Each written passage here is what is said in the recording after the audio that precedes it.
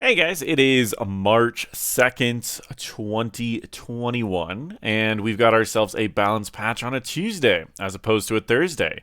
You can tell this balance patch is supposed to come out on Wednesday because it still says March 3rd on here, even though it's March 2nd. The other thing about that is the patch dropped and then was removed and then re-dropped. So, a little bit of technical stuff on that side, but we do have a few things going on in this balance patch, and the interesting piece about this is we did lose one of the balance designers, and the heroes team actually hired a brand new balance designer who had not worked on any previous Blizzard projects. So this is a new person in on Blizzard. We don't really know too much about them. So what we're going to see out of this balance patch could be a mix of old and a mix of new. And I'm excited to see what that means. So let's get into it. Once again, if you guys don't know about my balance patch videos, what I like to do is I like to go through and read through the majority of the balance patches, the change that's going to be happening, and then I like to explain how this is going to affect your Storm League games and how this is going to affect competitive games. So your individual games or your games with your friends, and then also the competitive games you might be watching, or if you're having to be a competitive player, you might be seeing these competitive changes. So let's get right into it. Diablo, he's been kind of dominant as far as this tank that's really hard to kill, and he's normally a tank that's very... He was supposed to be an aggressive tank that's punished very easily, but because of his high survivability, he hasn't really been punished. So what they've been doing here is they've been taking two of his very common builds, and they're doing their best to make him more punishable. The downside is this is going to make him a tad bit more... just purely weaker, and so they're going to need to find out a way to adjust that. So Feast on Fear, instead of it healing for 12% over the course of 3 seconds, it's going to heal for 7.5%, but it's going to heal the first 2.5% the second that you hit something. So the first part of it's going to proc immediately, and then it's going to continue healing for the next 2 seconds.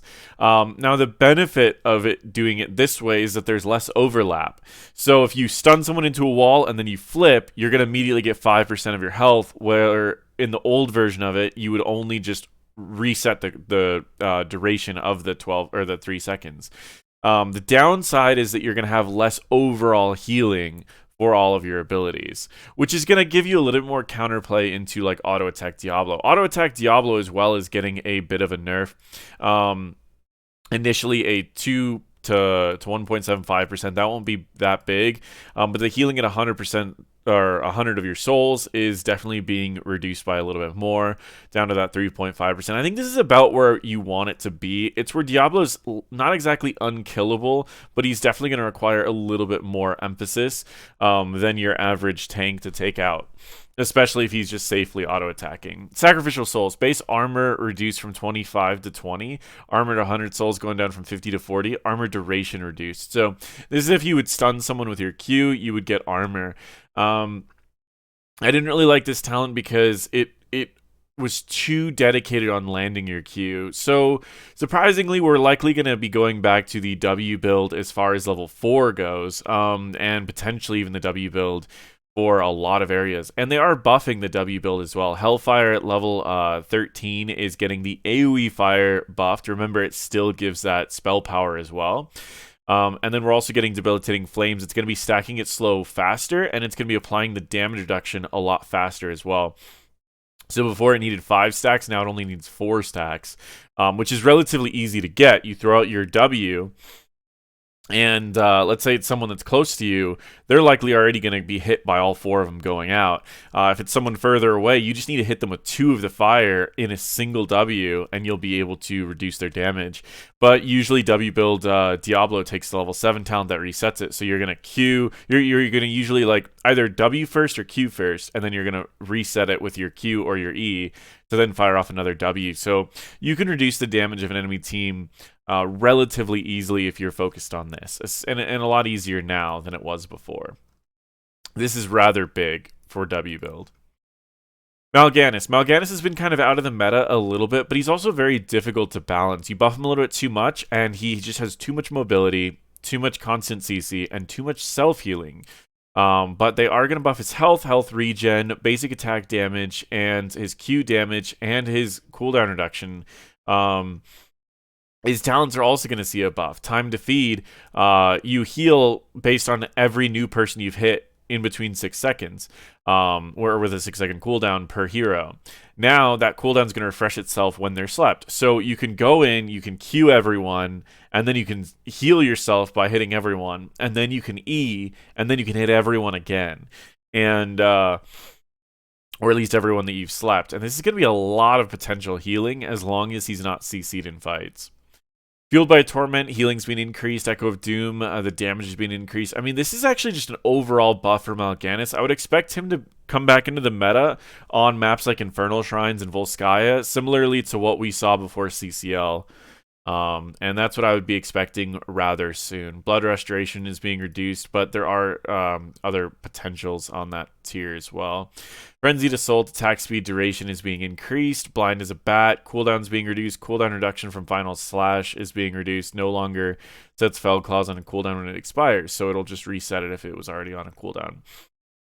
So overall, this is pretty good. I do think that on specific maps, Mal'Ganis could potentially be a meta tank, and these buffs are going to be pretty significant for Storm League. I would argue, and I didn't mention it too much with Diablo, but I would say W build's going to come back in both Storm League and in competitive, and I think that not full W build, but hybrid W build is going to be still pretty good in competitive. Mal'Ganis, on the other hand, will likely see competitive play on like Infernal Shrines, maybe Volskaya, maybe Braxis, but in Storm League, I think he's a safe pick overall now. These are all significant percentile buffs. Percentile buffs are basically any buff that they increase small percentages throughout the character rather than doing major changes, but small percentages on multiple things adds up very quickly.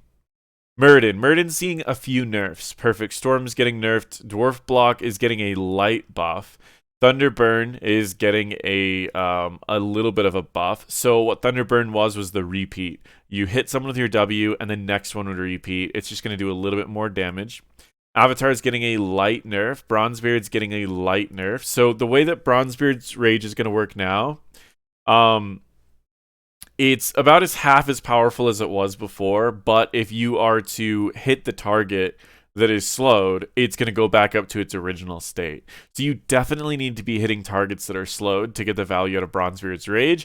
But with the buff of Thunderburn, I feel like we may see people go back to the old talent, which is you heal for everyone that gets hit by your W, because Thunderburn's going to be more strong now. You're going to be getting the value off of both of those. Tyrael. Tyrael's been in an interesting spot lately where most people have been running him not in the way that he used to be ran, which was kind of a support tank, and he's been run more as a dive tank that has just enough damage to finish off a backliner by yourself. And so they've made some adjustments, and I really like this adjustment to the trait. Its duration is increased, its damage is reduced, its movement speed is increased, so where you could normally kite away from the explosion, you're no longer going to be able to kite away from the explosion. If you don't have an escape, you're probably going to get hit by this. But the cool part about this is that the damage has been reduced, so it's not going to be like finishing people off. The other cool part about this is that it's going to cause people to do less damage. So if Tyrael goes down early, he can reduce the damage of the enemy team by hitting a few members of their team with the explosion. I really actually like this because it kind of brings him a little bit back to that support tank feel where it's like if your tank goes down, you're still supporting your team rather than you're not just looking for kills. So I like that. I feel like they could even lower the damage of this a tad bit more. Justice for All, they're buffing the support shields. Ardent Restoration, they're buffing. And this is actually kind of cool. Every region globe collected is going to increase the heal over time of this effect, which is whenever you take damage, you heal over time. Or do damage, I don't remember exactly, but it's just an overtime heal that you can actually have with 100% uptime. So increasing that healing's good, but I mean, 40 to 50 region globes is generally what you're going to get at most in a game.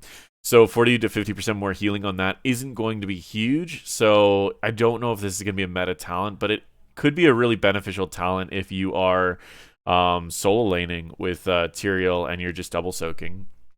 Stalwart Angel, armor durations being increased from 2 to 3 seconds. Bound by Law no longer increases Eldrin's might slow. Additional functionality, every enemy hit by Eldrin's might heals you for 3% of your max health. That's pretty cool. So again, they're kind of just rebuffing back that support tank playstyle. They're nerfing the self-healing that you're getting from the basic attack build. And again, it's back to the shield talents. Sanctification cooldowns being reduced. It's a high risk ability, especially in Storm League, so I can understand its cooldown being reduced. The downside is that in the competitive scene, it can be very, very powerful. So in competitive, I think this definitely brings Tyrael back into the meta. And outside of the competitive scene in Storm League, you can still run the auto attack build, but this could also be a pretty cool build for point control maps where you don't necessarily need to engage on your terms, but you can maybe counter the enemy. Bruiser, Artanis. What they want to do with Artanis is that when they've made a couple changes to Artanis, so many people have been going auto attack builds to keep your shield up really high and then to also just do a lot more damage. They're trying to get you more onto using his other abilities. So Q, damage is being increased, Psionic Synergy, the duration is being increased, Solarite Reaper. I mean, these are basically just underutilized talents for your Q and your E. Slowing them, increasing damage of your Q, and phase prison cooldown reduction is being increased as well. Then we go on to Hogger.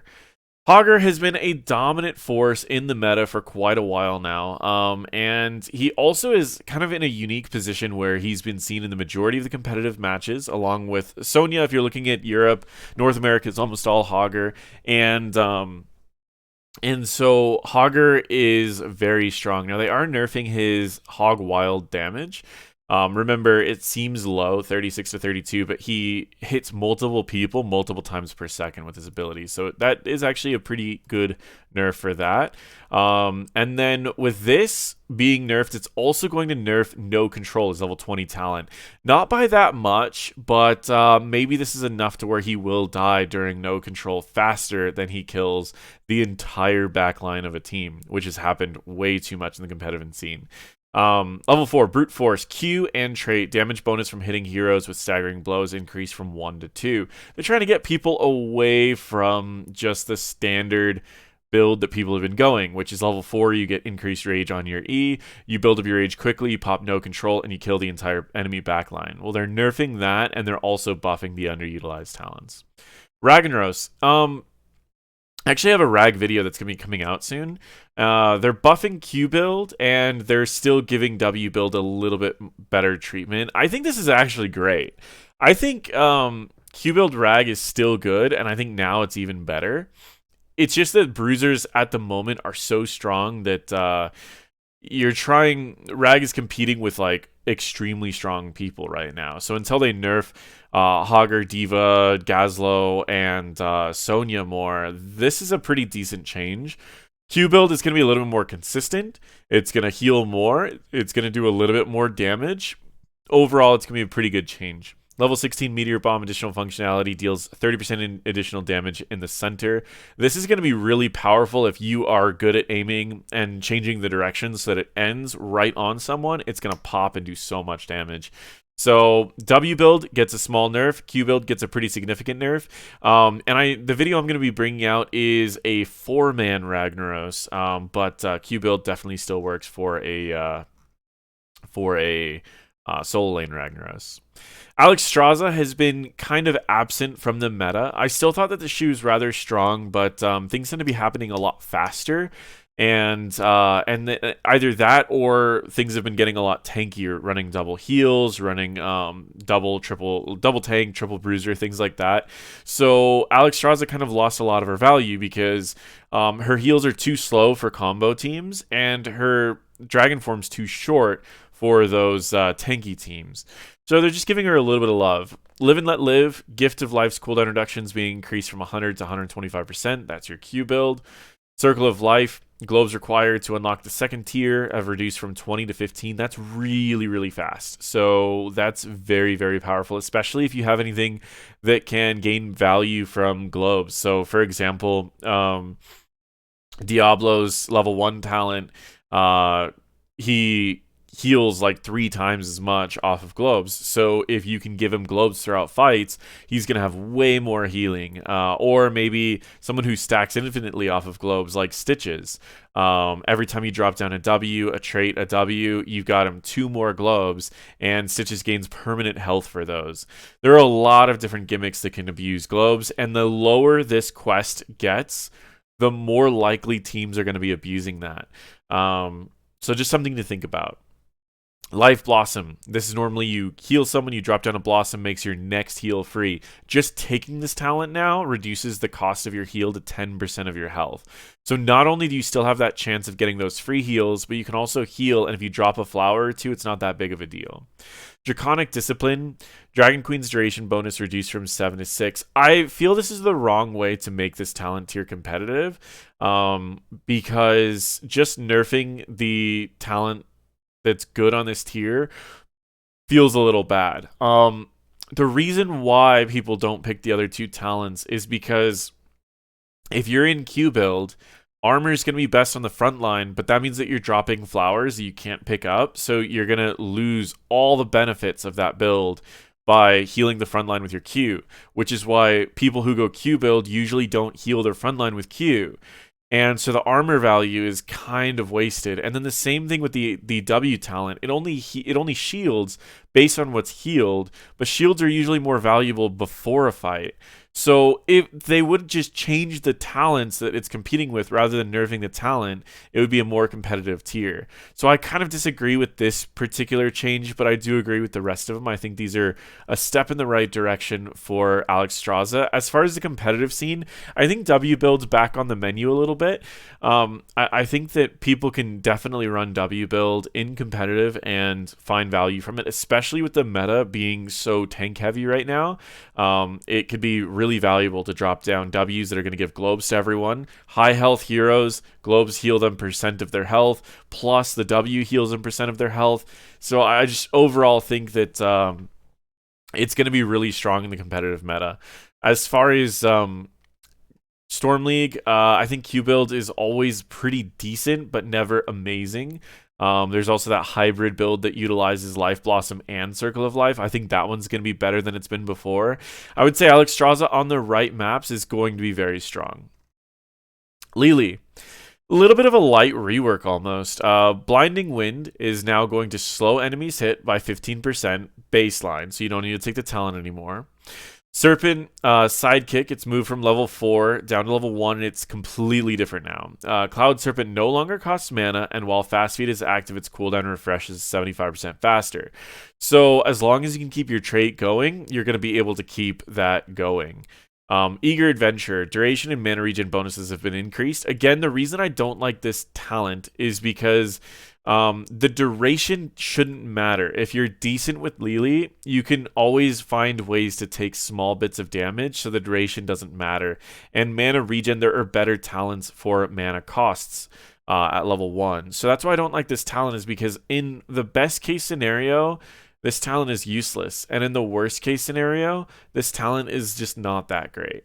So they can buff this percentage as much as they want to, and I still don't think it'll ever be as competitive as long as you're decent at Lily. Level 4, Wind Serpent, moved from level 1, new functionality. So this is the one that used to apply the blinds when you threw out your Cloud Serpent. Now, Cloud Serpent grants its bearer 10% movement speed. Casting Blinding Wind increases this bonus to 20% for 3 seconds. Passive, Cloud Serpent's attacks are now 25% faster. So what this is going to do is it's going to allow your Cloud Serpent to give a lot of movement speed. So this is great for tanks like Garrosh, who might need to reposition before throwing someone, or even like Diablo, who wants to get in range for a good stun against a wall. And it's also going to allow faster attacks, means it gets to heal the target much faster. And then also you get to cast multiple of them if you can manage your trait well. Then you can maybe have it on 2 frontliners. So if you're running that double tank or triple bruiser, or tank bruiser even, you can throw serpents onto 2 different people at a time. Safety Sprint, new functionality, activate to gain fast feet, 30 armor, 30 movement speed. While it's active, gain 10 armor, cooldown increased. It's not bad. I feel like the other two talents at this tier are going to be so much more competitive, but I do like the ability to just give yourself 30 armor and 30 movement speed to get out of any situation. But Lily's never really been in the issue of that, so I don't know if that's going to be the best. Massive Vortex move from 13 allows you to throw out the 3 blinds, and now that's at a level 13. Let's Go active. Healing amounts being increased. That is your cleanse. One of the best cleanses in the game because it's a 40-second cooldown that can be reduced even further if you can manage your trait correctly. So having that heal increase is really nice. I'm really looking forward to the new W talents and W build. I think that Lily could be really powerful as kind of an aggressive healer right now. Water Dragon. Cooldowns being increased, mana cost is being increased. Lightning Serpent, move from level 7. Bounce attack no longer requires a heroic target. That's going to give you a little bit of wave clear and camp clear. Not much on your own, but more of a hey, I can help out one of my team members speed this up a little bit. You might have just enough wave clear to actually wipe a wave at level 13. It's a little late to double soak, but it could be something. Gale Force, basic attacks increase. The bonus has been increased to 100%. Hindering Winds, new functionality increasing the slow to 30% in its duration for 2 seconds. Again, not bad talents to have. Pretty competitive tier, but still interesting. Blessings of Yulon. New functionality. Cloud Serpent grants its bearer 10% increased healing received and heals them for 0.5% of their max health each time it attacks. Remember, this is not each time it deals damage, so any sort of bouncing effects wouldn't work, but it attacks faster, and now its bearer is going to get 10% increased healing received. That's by them and also the extra Qs that you might be throwing out. And 0.5% of their max health is not bad. So you can probably have 2 to 3 of these out at a time. So it should be pretty interesting. Now we also have level 20 Shake It Off, new functionality, grant 35 armor while stunned, silenced, or rooted, passive increase fast feeds, cooldown, or refresh bonuses to 75%. You combine that with the W talents, it can be really, really valuable if you want to have Cloud Serpents out on 3 or 4 people. Overall, pretty interesting. I don't think this is going to do too much to Lily as far as the competitive scene goes. I do think that she fits better in the current meta. But as far as Storm League goes, I think that she could be pretty strong for Storm League, especially if your team's running a tankier team. Otherwise, you can always just go the standard build and still be a really strong hero to counterpick frontline auto attackers, which she's always been good at that. Lucio, high 5 movement speed is being increased. He definitely needed this. I can't tell you how many times I've seen Lucios start running towards something and then get rooted before they get there, or get stunned before they get there, or killed before they get there, when they have to touch to actually get that movement speed or that healing and the unstoppable, and they just oftentimes were dying. Now, Furion's get himself kind of a mini rework, and all level 1 talents have been moved to level 4. All level 4 talents have been moved to level 1. So you can still stack your E. So Strangling Vines is being removed, but that was not the Treant one. There is Deep Roots, which now it has a quest that you hit people with Entangling Roots, you gain 10 mana. And you still have the Treant that does damage, so you can start stacking that as early as level 1, which is kind of fun. Deep Roots getting more mana isn't that big of a deal, but remember, Deep Roots is still a really awesome talent baseline, so the quest is just kind of like cool, whatever, but not a big deal. The new talent, Emerald Dreams, I feel like is really, really good, but I could be misjudging this one.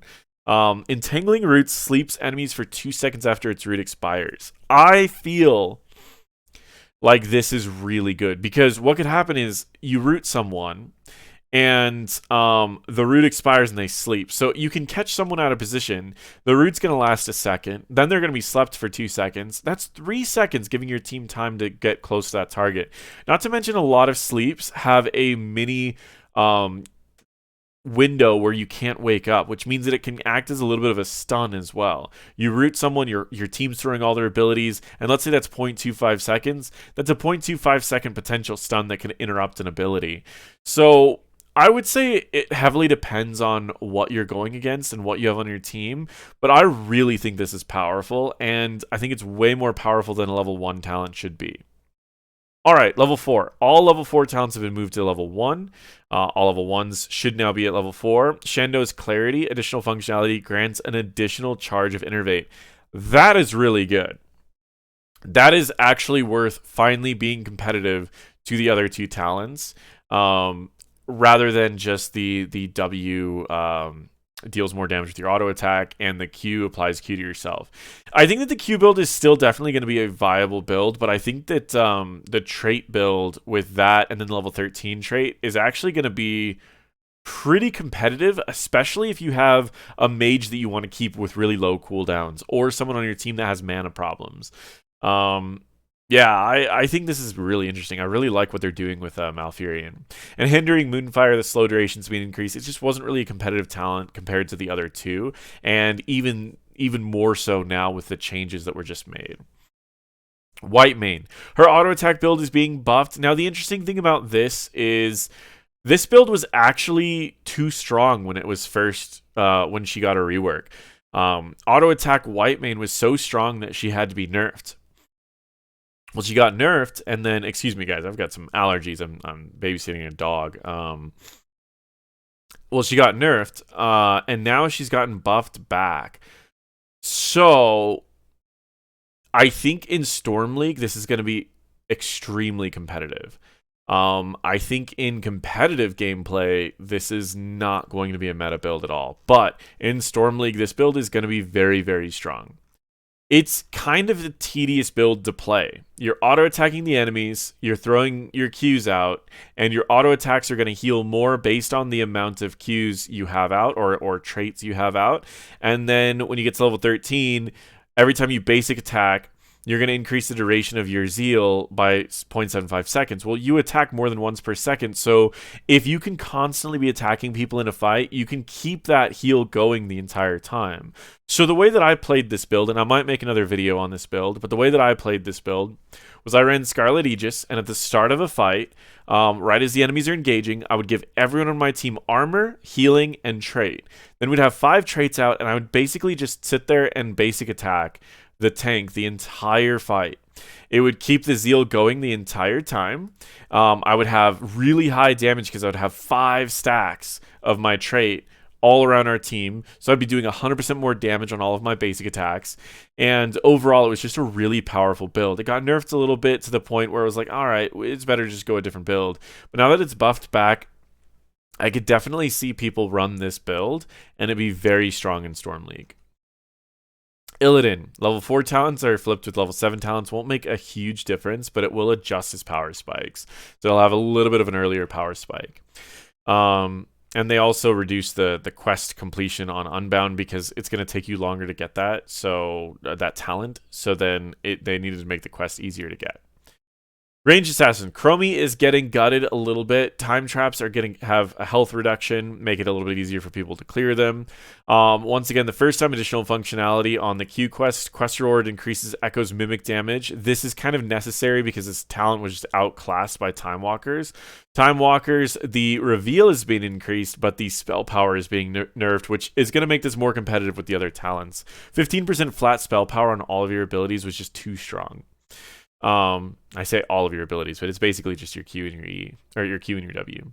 Time troubles, enemies' armor reduction is being reduced, allies' armor is being increased, so if you use it defensively, it's more valuable than if you use it offensively. You just gotta get a little bit more creative. Proper greeting, passive additional damage dealt is reduced from 25 to 20%. Duration is reduced as well. So they're just buffing her main build right now, and they're nerfing her main build and buffing some of her underutilized talents. And that's about it. Falstad. Mini rework happening with her Falstad. Hammering. Its damage is being reduced. But it has Boomerang built in now, which means you can reactivate your Q and do exploding damage. It's a lot lower than what it was with the talent, but we'll get into why that's beneficial. Lightning Rod. Additional functionality. Lightning Rod deals 100% increased damage to minions and mercs. Remember, this is still a single target ability, so this is going to be great for siege camps, not so great for bruiser camps. Because you can throw a W on one of the siege camp minions, attack the other one, and you will melt through a siege camp. But this is not going to be that beneficial for bruiser cams. Wingman's being removed. That's the bribe. Seasoned Marksman is being removed. That's the stacking on the minions that you kill, increasing your attack damage, and an activatable to increase your attack speed. Gathering Storm, which was your Q talent. Damage bonus per stack is being reduced from 2, which was just a flat number, to 0.2%, which is a huge reduction. If you also account for the fact that they're reducing the base damage as well. This is a huge reduction. But there's a big but in there. Additional functionality, quest progress is gained from Hamrain's explosion. So now you can throw out the Q into a group of enemies, and even if they dodge it, you can activate the explosion and still get stacks. So it's going to be a much more consistent talent, but I do think that this percentage is still a tad low, even for this change, especially since they've lowered this. So I don't think Q build is going to be a build. So I wouldn't worry about that too much in competitive or in Storm League until that is buffed. That will be buffed unless I'm like completely misjudging this. New talent, Dishonorable Discharge, W. Reduce Lightning Rod's cooldown by 3 seconds. And this is what's replacing the bribe. Takedowns reset its cooldown. Quest, after 3 Lightning Rod strikes, each strike on a hero increases its damage by 1%. So normally I believe the initial lightning strike does 4, so you'll get 1 stack for every time that you throw a W on an enemy. But when you take more talents into it, you can get more strikes on the target. Now it may work a little bit differently in game, so we'll keep our eyes on this one. 75% damage increase is much higher than you would normally get from the bribe talent.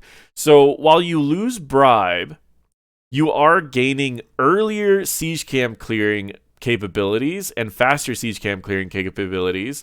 Also much faster boss capabilities, and where you're losing the damage bonus of bribe, you're going to be gaining a much faster and easier to stack talent that can stack higher than bribe would usually stack in a game. So W build is definitely going to be stronger than it was before, period. The only thing that you lose is bribe, and with bribe on a global is really powerful. So that's kind of a major downside. So you lose some macro, but you definitely gain a lot more team fight with W build. New talent, Frequent Flyer. Activate Frequent Flyer to gain 40% attack speed and tailwind.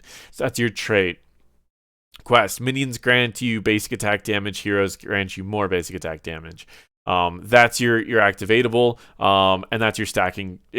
It's a pure better version of Seasoned Marksman, and it's going to work a lot better with the Secret Weapon talent because you'll have that earlier. Secret Weapon talent, you throw out your Q, it goes further, and you would get 90% increased damage. Well, now you can immediately activate that 40% attack speed, and you can melt people. So Frequent Flyer is most likely going to end up being the meta talent, because it gives you the ability to reposition in fights. It gives you much higher and faster burst damage. And since Boomerang is baseline now, this auto attack build will be a competitive build in both competitive and in Storm League. Boomerang has a buff. Explosion does 75% more damage, and you get to reduce the spell armor of the people hit. So in this mage build, in the mage build, you can reduce their spell armor, or in the spell build, whatever you want to call it, you can now reduce their spell armor, hit them with a W, and potentially hit them with an ult, and just pop them. All right. Level 13, Giant Killer's being removed. Now we're getting sustained wins. Basic attack against enemy heroes deal bonus damage equal to 1.5% of their health. Increased to 2% while Tailwind's active. So that's just a better Giant Killer, but you got to remember, if we're going to be popping the increased 40% attack speed, we're going to have Tailwind for 5 seconds, which means now we're going to be doing 2% per attack, attacking faster, and we're going to be melting through. Auto attack build got even better. Crippling Hammer, its slow bonus is being reduced, but its functionality makes it where the explosion also slows.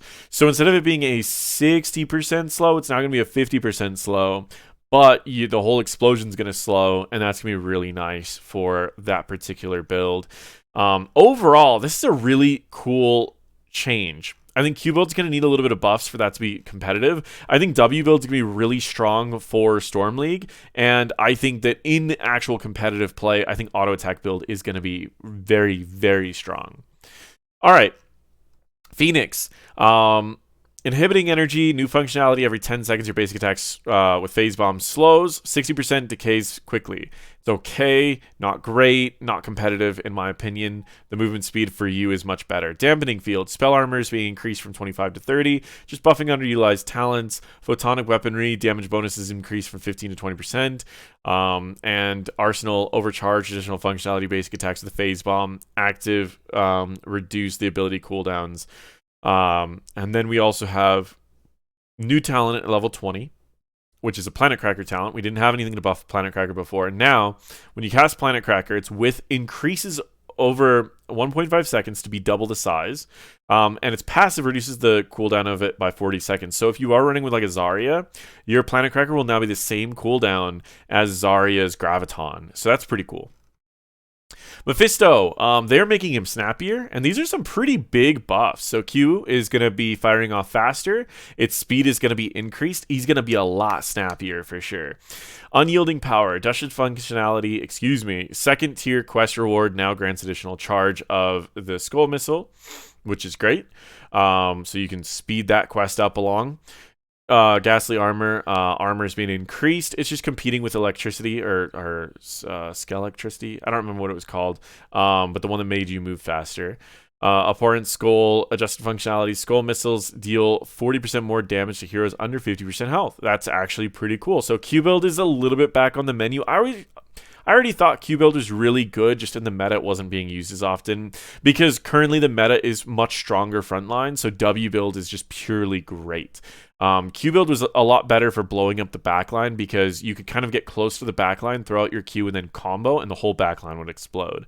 That's still a potential, and now it's a little bit more of a potential. So Q build's very good, just depends on their team comp. And that is it, guys. What are we at? We're at 36 minutes. I'm going to just do a quick re-overview of the heroes that we saw so that you guys get an idea of which ones to look out for in your Storm League games as well as in the competitive environment. Diablo got mostly nerfs, but he can still definitely be used. In Storm League, I'd imagine W build would be starting to shine a little bit brighter. In the competitive environment, the standard build or the any of the builds that you've used before is still viable. Malganis is definitely going to be a lot stronger for Storm League, and you may see him in competitive on point control maps or on Infernal Shrines. Muradin saw light nerfs. I would see many Muradins maybe going back to the old school Muradin build where your W repeats and you heal for 5% of health for each person that gets hit by your W, because that seems like it's going to end up kind of coming back to being the main build. E build is still pretty strong, but its playstyle is a little off. Tyrael, much better as a support tank now than he was before. Definitely can come back in the meta in both competitive scene and in Storm League. But in Storm League, he still has the downsides that he had before. He can't really force an engage. I mean, I guess you could just go Sanctification and still go support tank. But or you could go Judgment and still go support tank, so you have a guaranteed engage. But overall, that's Tyrael. Artanis, nothing too significant. Hogger, light nerfs that should be pretty big to counter the no control as well as his E. He also had a light buff onto his Q build if you liked Q build. Ragnaros, a lot of buffs on Q build, a little bit of a buff on W build. He's viable in the 4-man and W build. I'll have a video about that later. And he's also viable in the solo lane.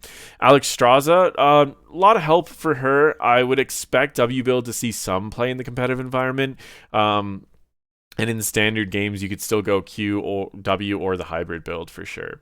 Lily mini rework was actually a pretty cool rework. I'd like to potentially do maybe not a full video on that rework, but maybe some gameplay videos on Lily relatively soon, because I'd like to see how many Ws you could get out, especially after level 20. Lucio, he just needed that light buff. Malfurion, I think this is really good. I think Malfurion is going to be in a really strong spot in multiple builds and in multiple team comps as well. So he'll be increased as far as the amount of play he'll see in both Storm League and in competitive. Whitemane auto attack build can absolutely dominate Storm League if you were good at it. But she won't see any difference in competitive. Illidan, not too much has changed. Chromie will fall down a little bit in both Storm League and in competitive because of all the light percentile nerfs along the way. Falstad, really cool rework. I think auto attack build is going to be a meta build in both competitive and non-competitive for a while, and W build is definitely viable in non-competitive. Phoenix, not too much is changed for him. They mostly buffed underutilized talents, nothing that it caught my eye right away. Mephisto Q build is going to be very strong if you see a comp that's heavier in the backline.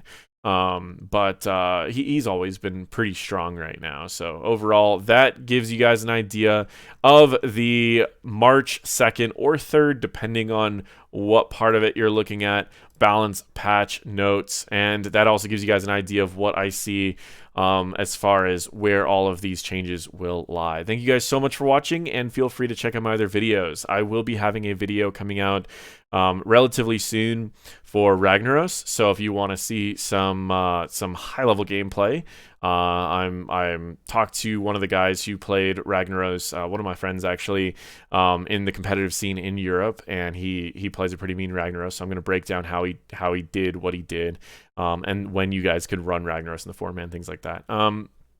Otherwise, I've just got a few extra videos coming out. Nothing too crazy is planned in the next few weeks, but I still will have some pretty fun videos. So make sure to click that subscribe bell if you want to. But yeah, thank you guys so much for watching.